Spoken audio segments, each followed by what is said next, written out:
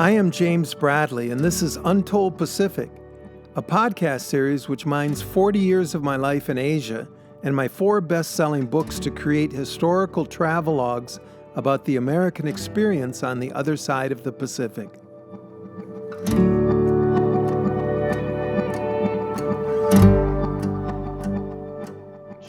Hi, this is James Bradley, Untold Pacific, Bay of Plenty, New Zealand, on June 23rd, 2020.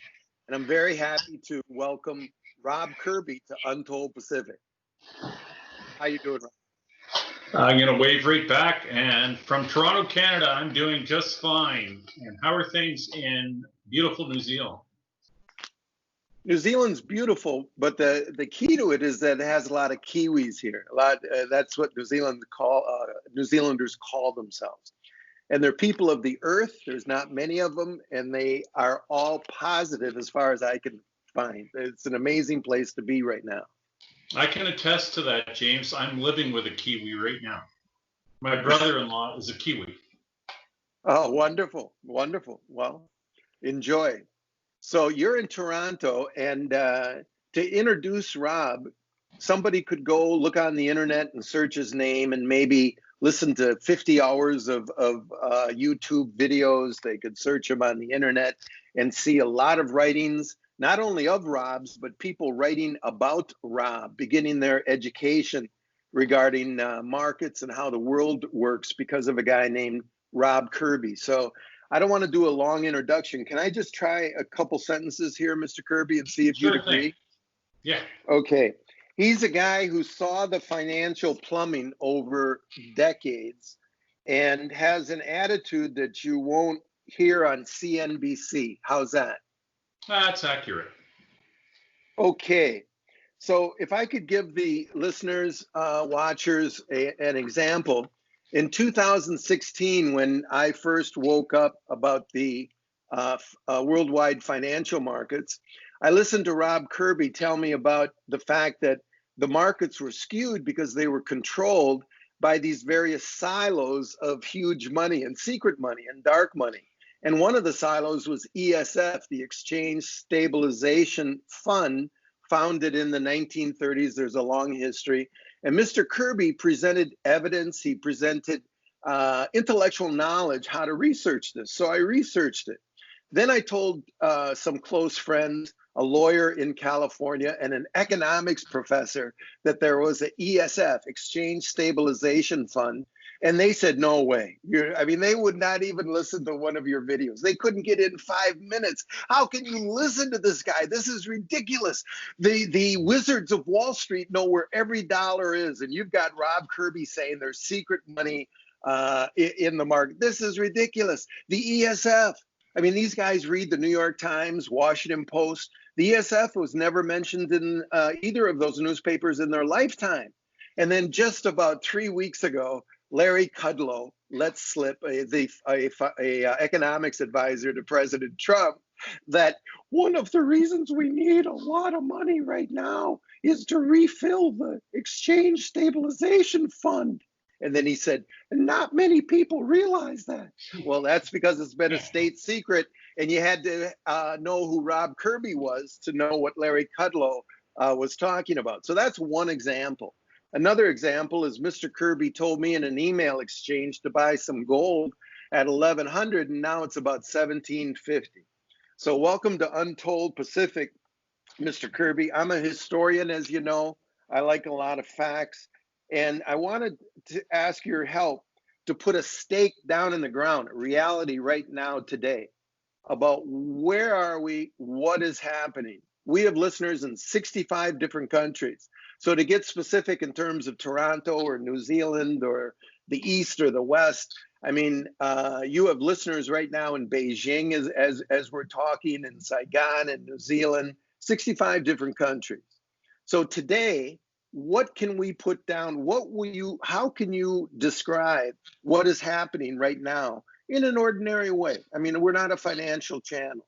Well, what's going on, as Marvin Gaye once asked? What's going on? I love the song. And James, there's a saying that a picture's worth 1,000 words, and a picture that very simply states what's really going on in our world is this. And if I Let me can get my put this, glasses on. if I can put that up close enough to Yeah. the camera, and Okay. what this picture shows, James, is the life cycle of fiat money. And in its early times, early years, the slope of the curve of the growth of fiat money is very shallow to the right, but it reaches an inflection point which we have surpassed at this point in Okay. time. Okay. A little more. A little more. A little, No, I mean, can you give me the image again? yeah, sure thing. Okay. Put her up there. Now you're talking about an inflection point. So in my language, I would say the curve went up. The snake went boink, went up. It went And then vertical. it went vertical. Now you said we were here. You crossed out R. Okay. So that was when, like September of 2019, let's say, that first. I would actually, James, suggest we were there probably 5 years ago, maybe 10 years ago. Okay, But 10 years ago. And then see, now we're witnessing this now, and you have three arrows. What are the three arrows about? the arrows are depicting the vertical growth of money that must be fed into the fiat system or it collapses on itself. And Okay, now the reason we haven't collapsed, James, is because money's being created not only transparently as expressed by the expansion in the Federal Reserve's balance sheet in recent months, but there's also a very covert source of money being created off book, which has been documented. Okay, can we see you? Excuse me, can we see you? There's also other money that's been created off book. Yes, and that's been documented by Catherine Austin Fitz and Dr. Mark Skidmore of Michigan State University. He's a PhD in economics. And Catherine Austin Fitz is the former Undersecretary of HUD, Housing and Urban Development, in the Bush 1 administration. And these people have the chops and the credentials. Their work is beyond reproach. Dr. Skidmore, he oversees a department and occupies a very prestigious chair at Michigan State University with a group of PhD economics students under his under his watch, and they've documented two U.S. agencies, both HUD, Housing and Urban Development, and the Department of Defense books from the years 1998 to 2015. And what they have discovered is there is a minimum of 21 trillion missing dollars that are unaccounted for that were created over that time period, and they've literally disappeared into the ether. And I would have it that the ether that these dollars have disappeared into are very likely the Exchange Stabilization Fund, which Mr. Kudlow was so happy to, or so kind to reference, as you said, just about 3 weeks ago. And I might add this. The day that Lawrence Kudlow referenced the Exchange Stabilization Fund publicly, it was the first time in 30 years of my following this particular entity that I've heard its name uttered in the public. So it does exist. I mean, and it's existed long before 3 weeks ago when Mr. Kudlow made a public reference to it. But this is very likely the destination of this missing money that Catherine Fitz and Dr. Mark Skidmore have documented. This is very likely where that money has been hanging out. And this is basically, it amounts to a secret slush fund. And this slush fund is available to monetary elites and can be marshaled up for whatever reason it is required for, basically at a moment's notice. It's worth pointing out that the Exchange Stabilization Fund is operated beyond any oversight by any government agency. They do not answer to Congress. It's operated at basically at the secret pleasure of the Secretary of Treasury in America. And I would argue, realistically, it's operated and controlled by the U.S. Treasury or the Treasury Secretary in conjunction with the President or the Chief Executive's office, and probably with a lot of input from the Federal Reserve. The Federal Reserve, and specifically the Federal Reserve Bank of New York, operates or acts as the exclusive agent for the Exchange Stabilization Fund. So anytime the ESF, or Exchange Stabilization Fund, is active in our capital markets, they do so through the trading desk of the New York Federal Reserve. So when this money, this dark money, gets put to work, the appearances to our capital markets is that the Fed is involved in the market. But the Fed isn't really involved in the market. It's the ESF disseminating ESF edicts and funds. So that's the trend, or the way this dark money is transmitted into our capital markets. And this money is used and documented to have been used over the years for everything from regime change. It's been involved in drug running, arms deals, deposing unwanted political operatives and leaders. We would never, no, Mr. Kirby, we would never do that. We're Americans. You're up in Canada. You're imagining it. Can I ask you a question? Yeah. So the Exchange Stabilization Fund, you're saying that there's a large flow of money that I can't monitor as a citizen that is doing things in markets and could be used to buy private armies or whatever around the world. But so what? Why don't I just buy some Apple stock?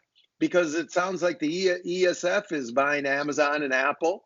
And then I can, I live in California. I have a leased BMW and I've got a house and with a mortgage. And why do I have to care about the ESF? I mean, what does this mean to me if I live in Saigon or? I want to answer that question this way. The unbridled creation of untold trillions of dollars naturally leads to a condition in economics referred to as hyperinflation. And hyperinflation arises when there are too many dollars chasing too few goods. And we are experiencing, I would argue that we are experiencing hyperinflationary conditions already.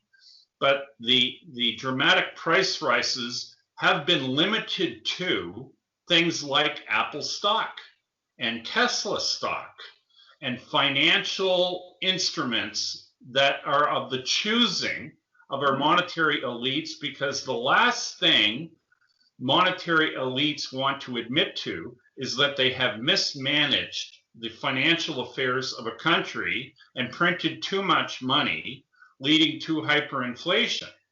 So what they do to prevent people from having that perception is, while they're printing untold amounts or trillions of dollars, they suppress the price of precious metals. And the way they do that is by selling paper promises of metal on exchanges like the COMEX in New York and on the London Bullion Market Association in London, England, where they sell promises of paper that they have of metal that they have no intentions of ever delivering, and then they either bribe or threaten holders who stand for delivery and say they want real metal. And to give you an idea what should be happening, because the precious metals market in recent months has seen absolutely historic demand for physical metal. And yet this has not been allowed to transmit itself into a dramatically higher metal price on these exchanges. You see, but the problem, James, is that on these exchanges, you can create an infinite amount of what seems to be or stands as a promise of metal, but never actually gets transferred into physical delivery of the underlying.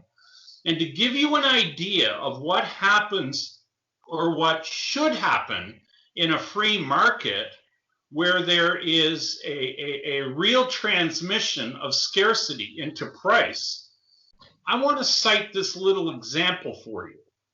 I have a family member who works in the medical services business, and this family member is responsible for organizing the daily activities of between 300 and 500 doctors who engage with patients on a daily basis.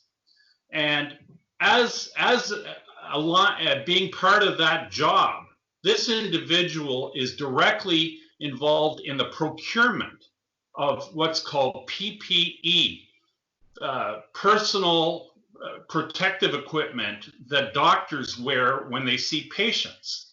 And I can tell you this because I was informed yesterday on Father's Day by this family member when we had a get-together that the cost of a disposable gown in January of this year was 50 cents.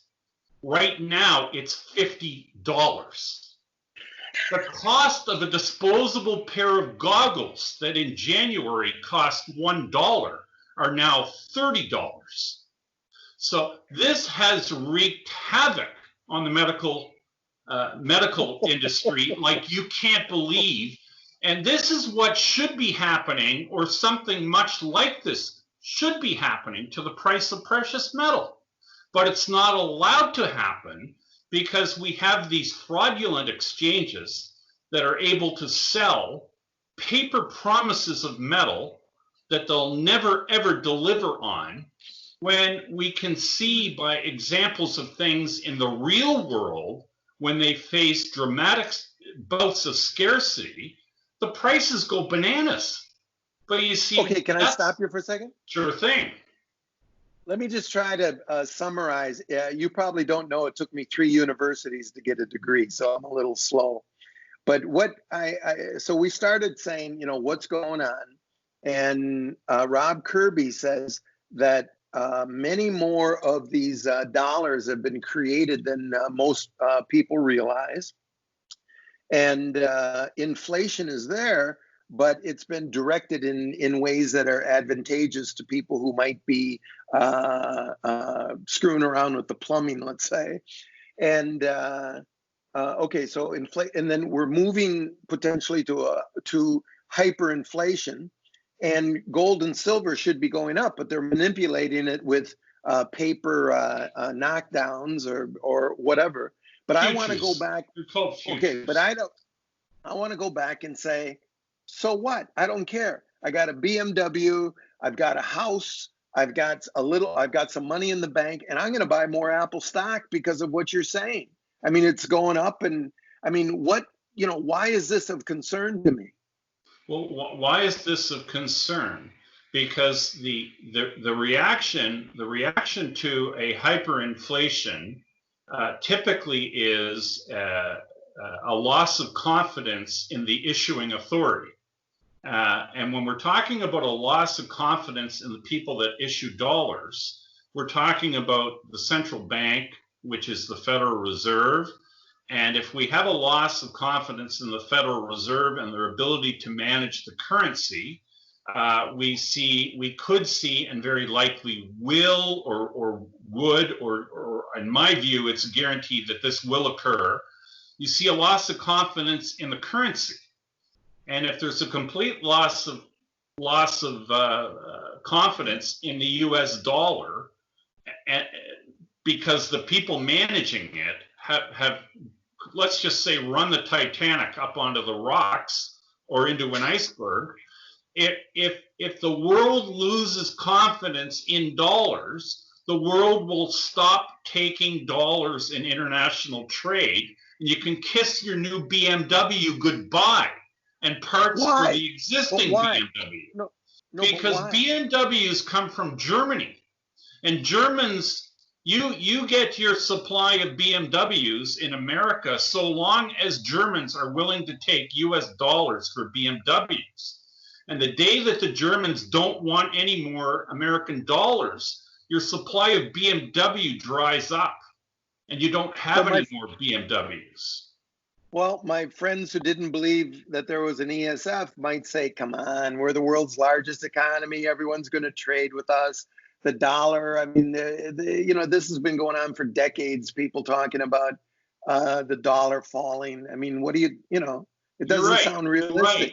And you used to be able, 5 months ago, James, you could buy a disposable gown for 50 cents. And now a disposable gown is $50.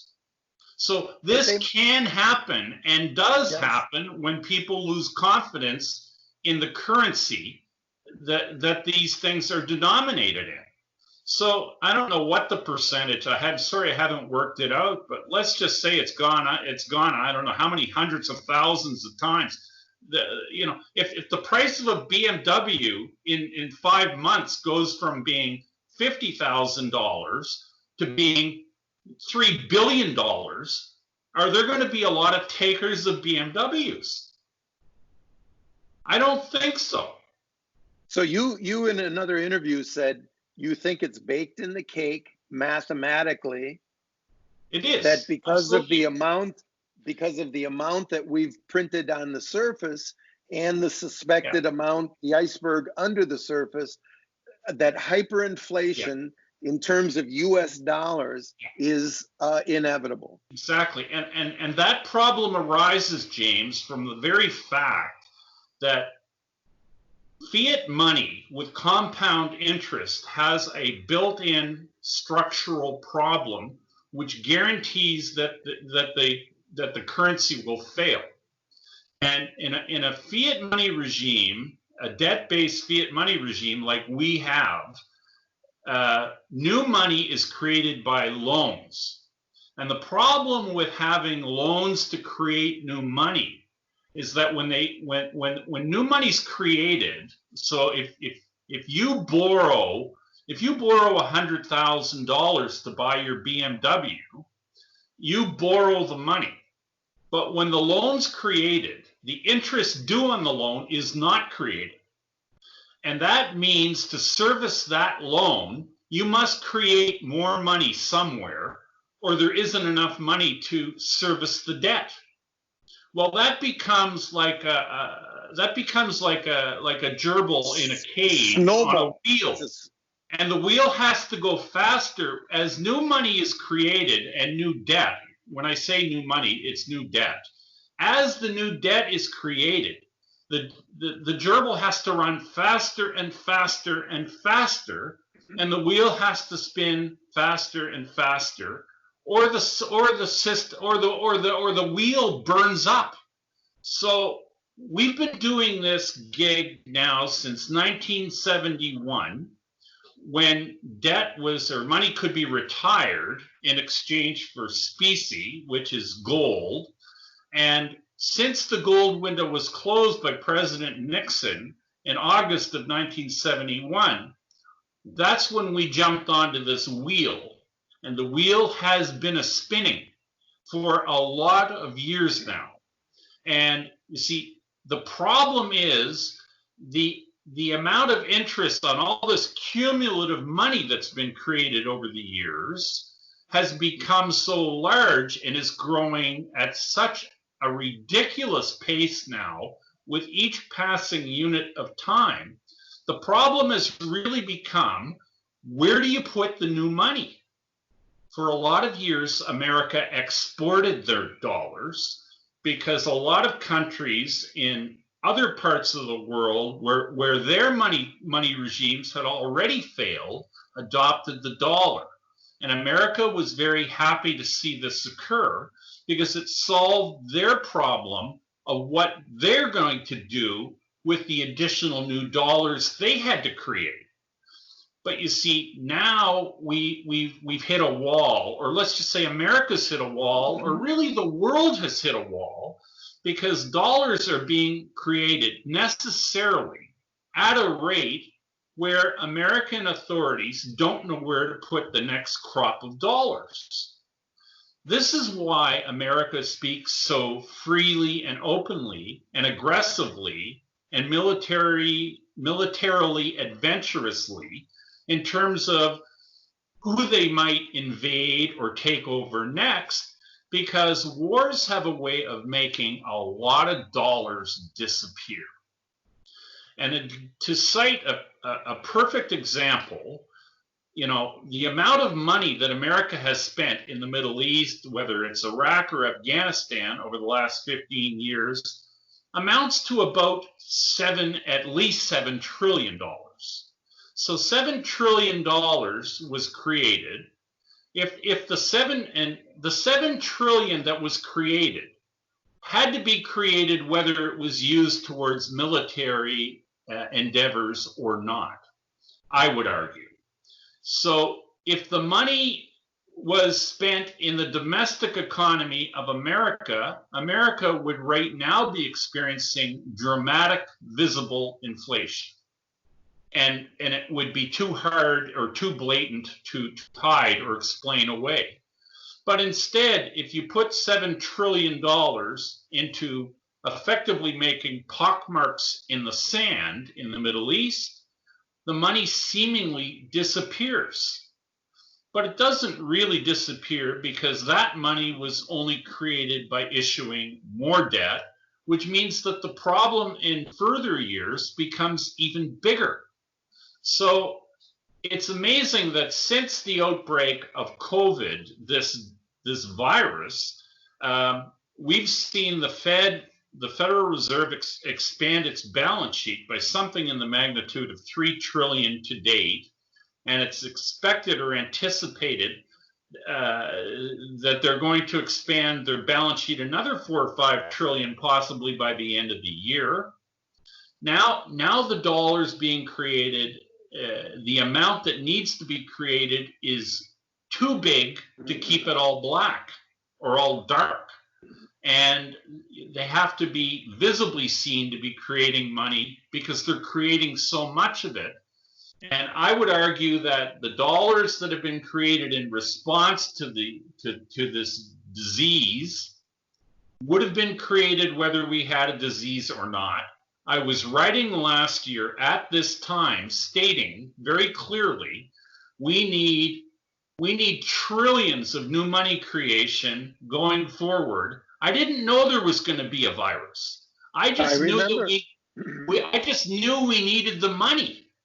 And isn't it amazing that the virus came along? Because if people had been honest, if people in banking had been honest with the public in America last summer and said that we need to create 6 or 7 trillion new dollars in the first half of 2020, people would have said, over my dead body you will do that.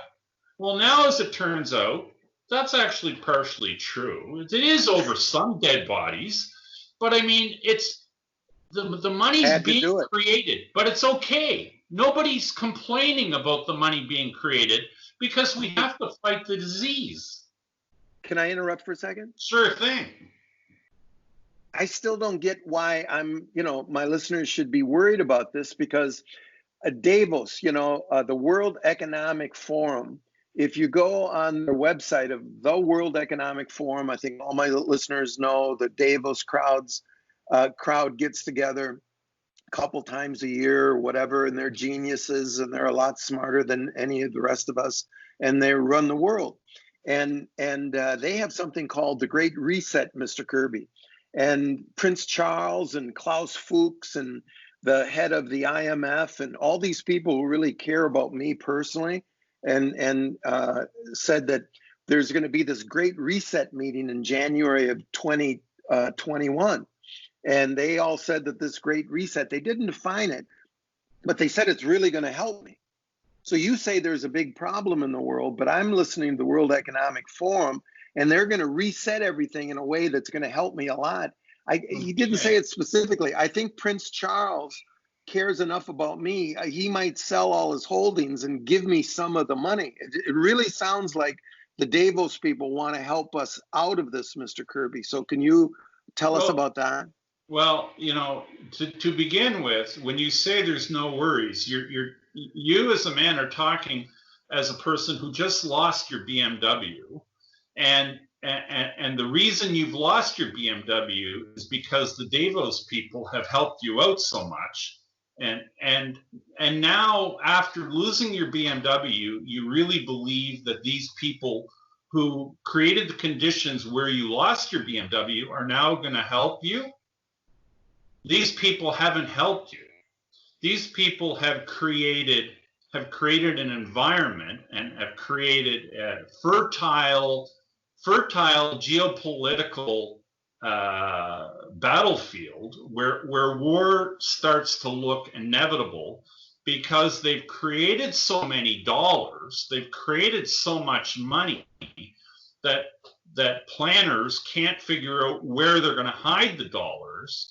So instead, they're now spending their time trying to figure out how they can get rid of dollars or make dollars disappear in very, very large quantities in a very short period of time.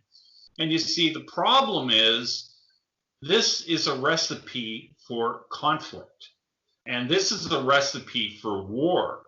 So if you happen to have kids, they're telling me that they're going to reset everything in a real nice way that's going to help me out. Yeah, well, that let's just say history doesn't agree with that view.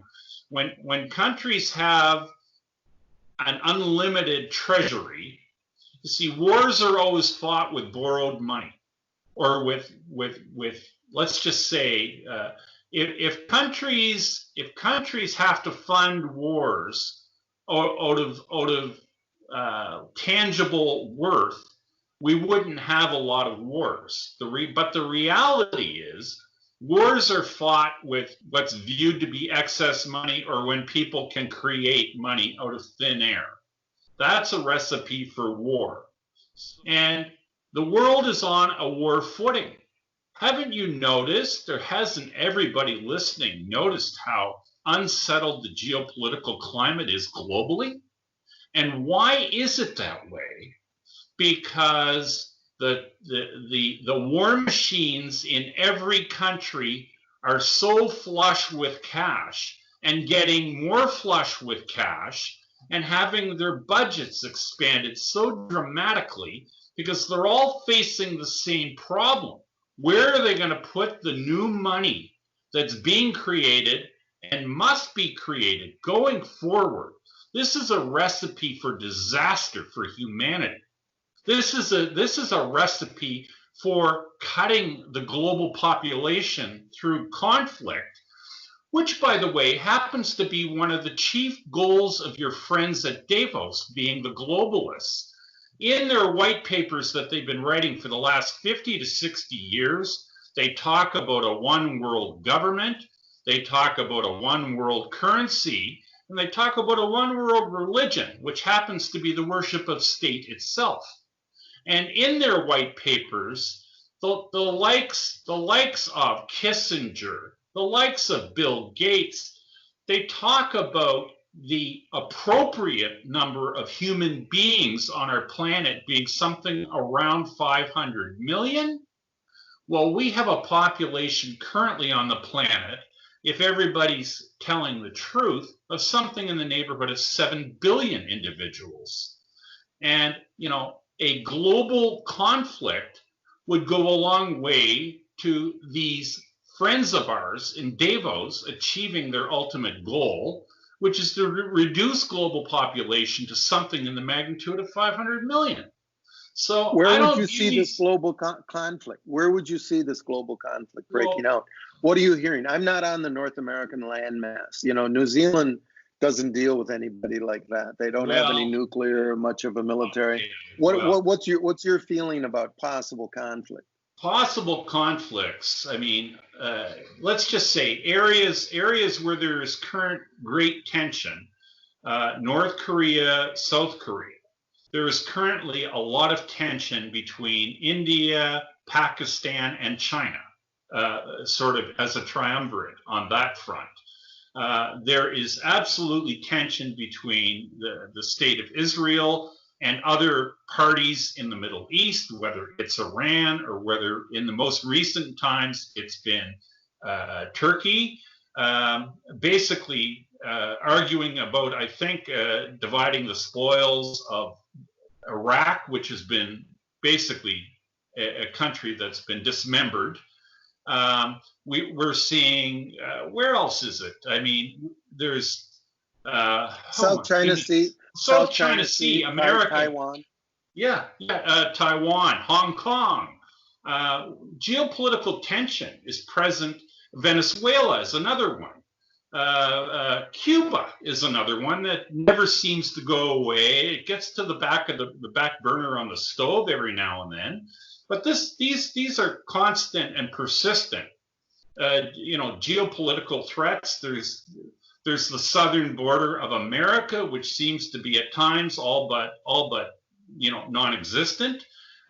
So there's a lot of geopolitical hotspots, and with the appropriate amount of money thrown into these issues, or money in sufficient quantity, I think the outcome becomes rather obvious if you know anything about the history, or if you study the history of warfare and mankind.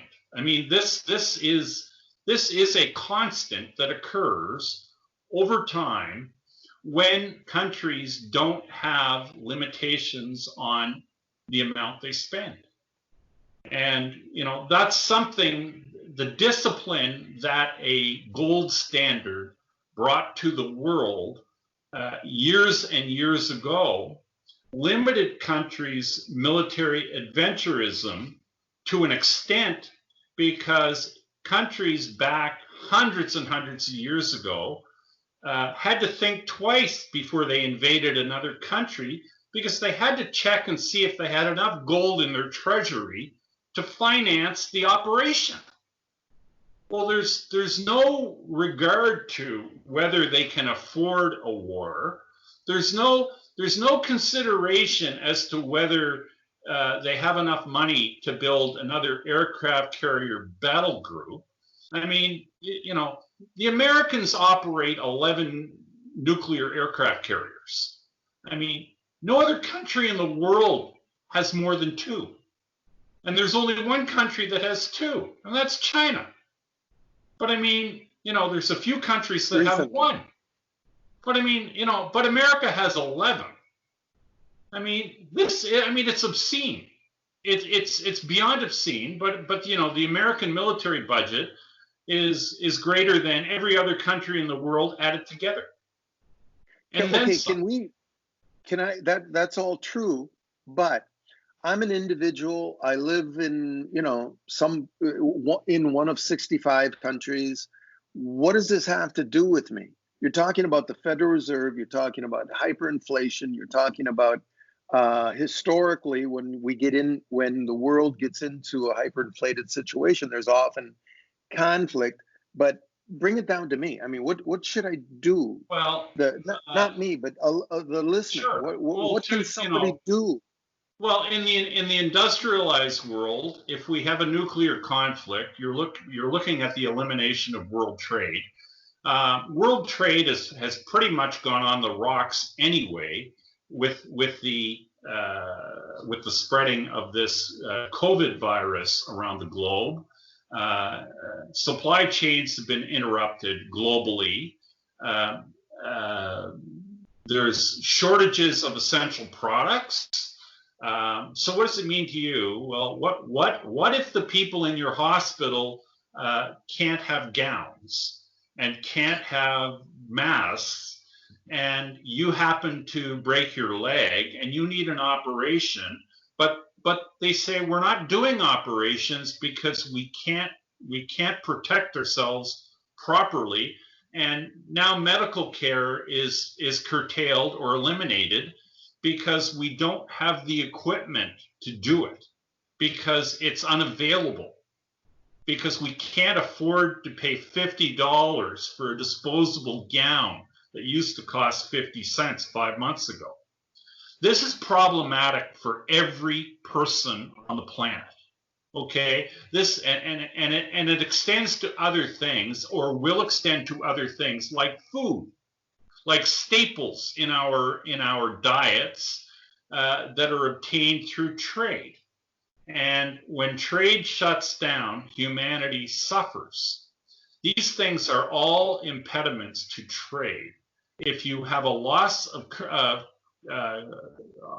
confidence in currency, the money, trade stops, and when trade stops, lifestyles diminish and hardship ensues. So think about tables without food on them, think about stores with no products in them, and think about transportation grinding to a halt. Think about crude oil not trading freely, and you don't have gas to put in your tractor, or you don't have gas to put in your BMW, which you don't have anymore, or you can't buy an airplane ticket because airlines can't afford to keep their planes flying in the air because trade and supply lines have been interrupted so dramatically. These are very real things. And and the amazing thing is, James, we're seeing a lot of this occur now. And this is just with the virus that has shut down global trade as a result of people sitting at home. And might I also add, when people are sitting at home, it's another excuse. I've made specific note in the Western world how governments have been very willing to give people money because they're not earning paychecks from their companies, because companies are not operating. They've been shuttered. Many companies in vital parts of our economy have been shuttered. And so they're not earning paychecks from their employers, and the government has stepped into the breach. And boy, it just happens to be another great place we can lay off how many billions or trillions of dollars. I think 2 weeks worth of government support in America amounts to, I think I heard the quote, it was 1.5 trillion every couple of weeks. Every time they extend for another couple of weeks, it's another $1.5 trillion that the government's going to hand out. But I mean, this is another way to get rid of dollars, but prevent inflation in the domestic economy.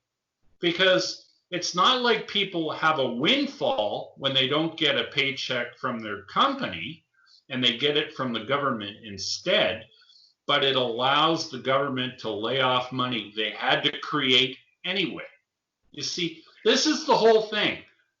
So many people think that the creation of money as a result of the virus is a one-off thing, and when the virus goes away, everything will go back to normal.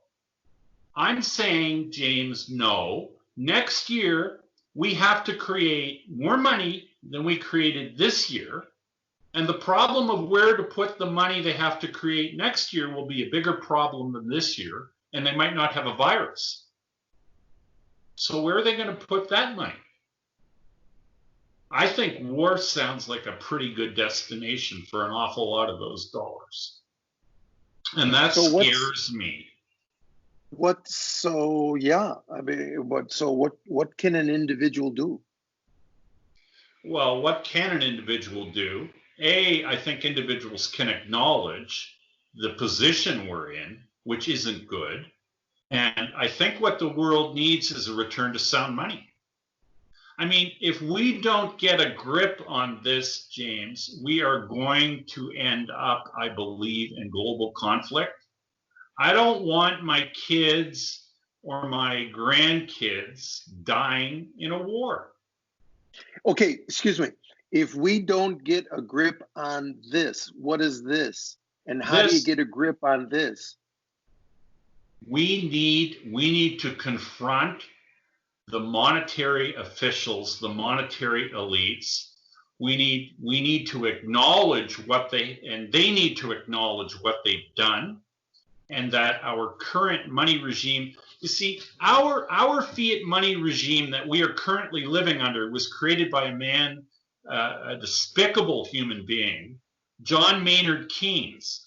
And we are said to be generically engaged in a Keynesian monetary experiment with fiat money. And when Keynes tabled this grand idea of his many, many years ago, there were detractors who told him and said to him, your system has a built-in function engaged in it, and that function, the built-in, was the creation of new money, doesn't include the interest that's going to be due on the money. And they said that guarantees that your system will fail. And his response to people, being the smartass he was, he said, I don't care. In the long run, we're all dead anyway. Well, the problem is we're now in the long run. And this is why I speak of war. And this is why, because the man who created the system acknowledged that it led to death. He said, in the long run, we're all dead anyway. Yeah. We're living in the long run, everybody. Wake up. We need to change the regime. If we don't change the regime, things are going to get very ugly, very dark, very quickly for humanity. And that's my contention.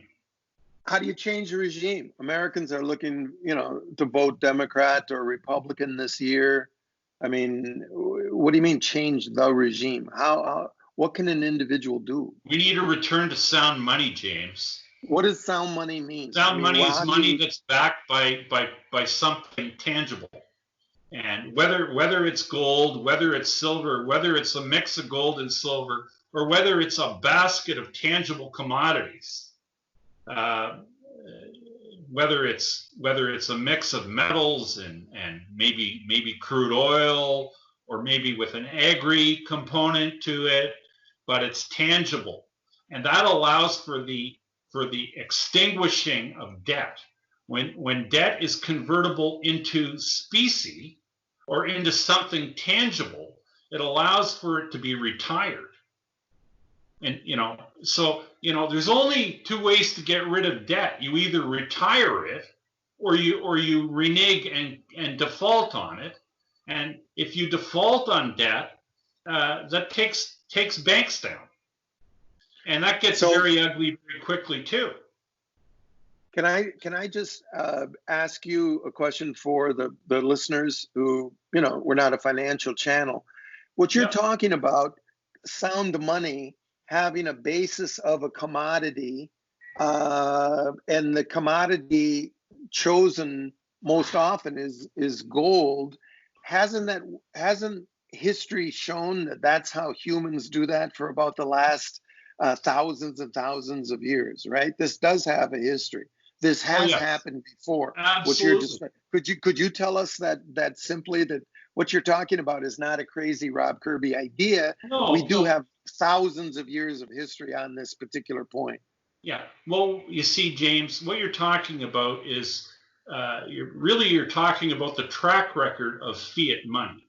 And fiat money is money that's created basically out of thin air, that's not backed by anything.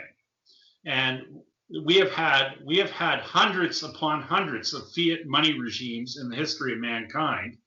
And there's only one thing in the world that has an absolutely 100% perfect track record of failure, and that's fiat money.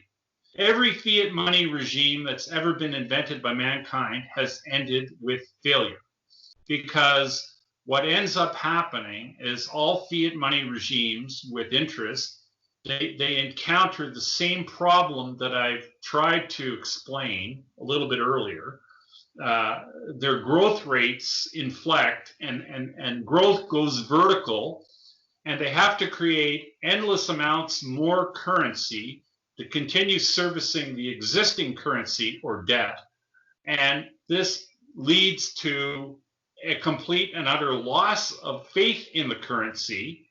And what ensues is hyperinflation, and usually typically a breakdown in governance and or war. And wars are a great way to make debts go away, because people who win wars rewrite history. And when history gets rewritten, blame gets shifted. And people who are responsible for mismanagement of financial affairs, when they're winners, it's very easy to shift the blame onto the person. The victors blame the vanquished. And so long as you're a victor, maybe that's a good thing if you're of that mind. Being the vanquished is never fun, and being a victor under such circumstances, if you have a conscience, I don't even believe that's all that fun. But anyway, living a life of plunder doesn't really excite me, to be honest with you. And I just hold up for your, what happens to fiat currencies when they print too much? Well, here's a Yugoslavian banknote. This one is dated 1994. And if you notice the amount, it's 10 million. 10 million is a pretty nice number, isn't it? Well, that's a failed currency. That one's from Yugoslavia. Here's one from, where's this one from? This one's from Poland. Okay, and it's only 20,000, but that was early in the hyperinflation that Poland experienced. And let's see. Oh, now I'm trying to count the zeros in this one. This one's from Brazil. Okay, this one's from Brazil, and I believe it's 5 billion.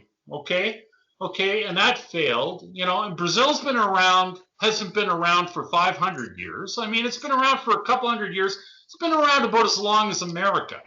Okay, so they've had a failed currency. And here's one from Germany. This is from the 20s in Germany. It's only printed on one side, so I don't have to show you the other side. And it's 1 Milliard, which is a billion Reichsmarks. A billion. A billion, yeah. What do I have? Oh, and this is of course the infamous Zimbabwean $100 trillion banknote.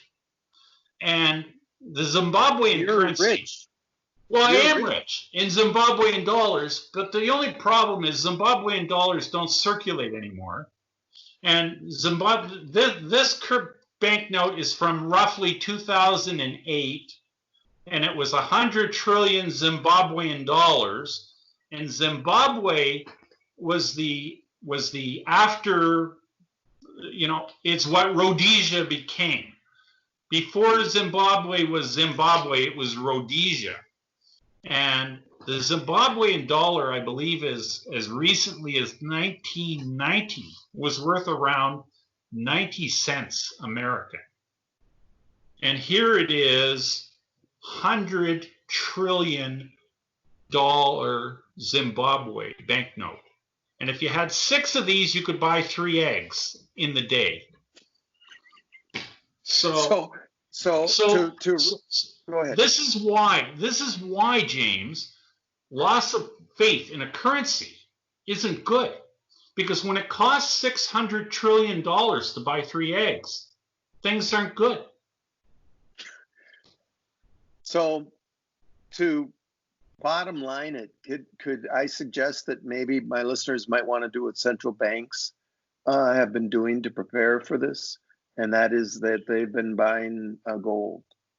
Yes, Yeah, I mean, having ownership of some physical metal is a very, very wise idea if you have investable assets.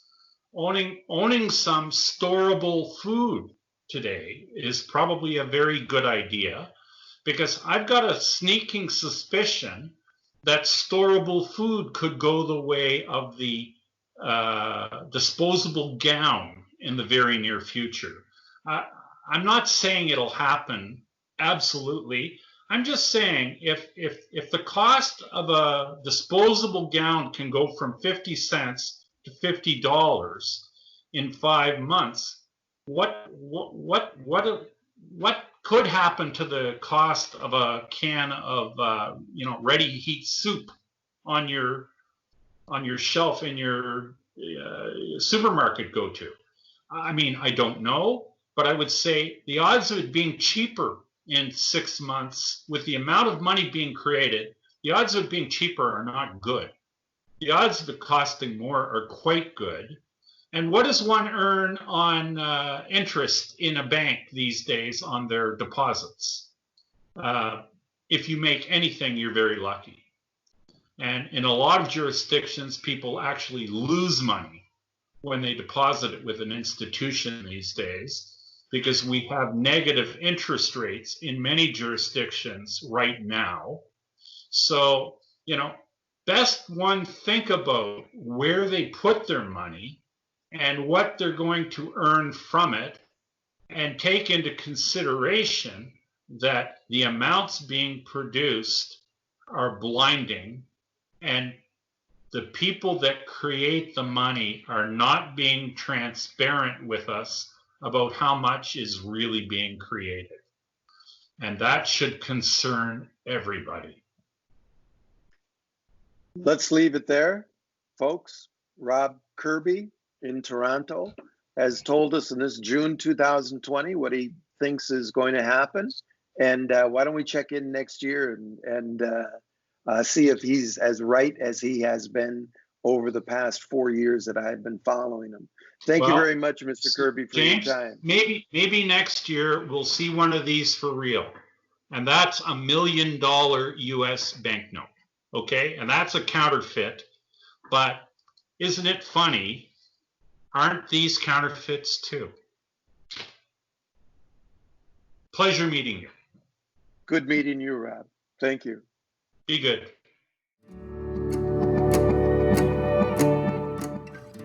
If you enjoyed this episode, please subscribe to our channel. New episodes premiere every Wednesday.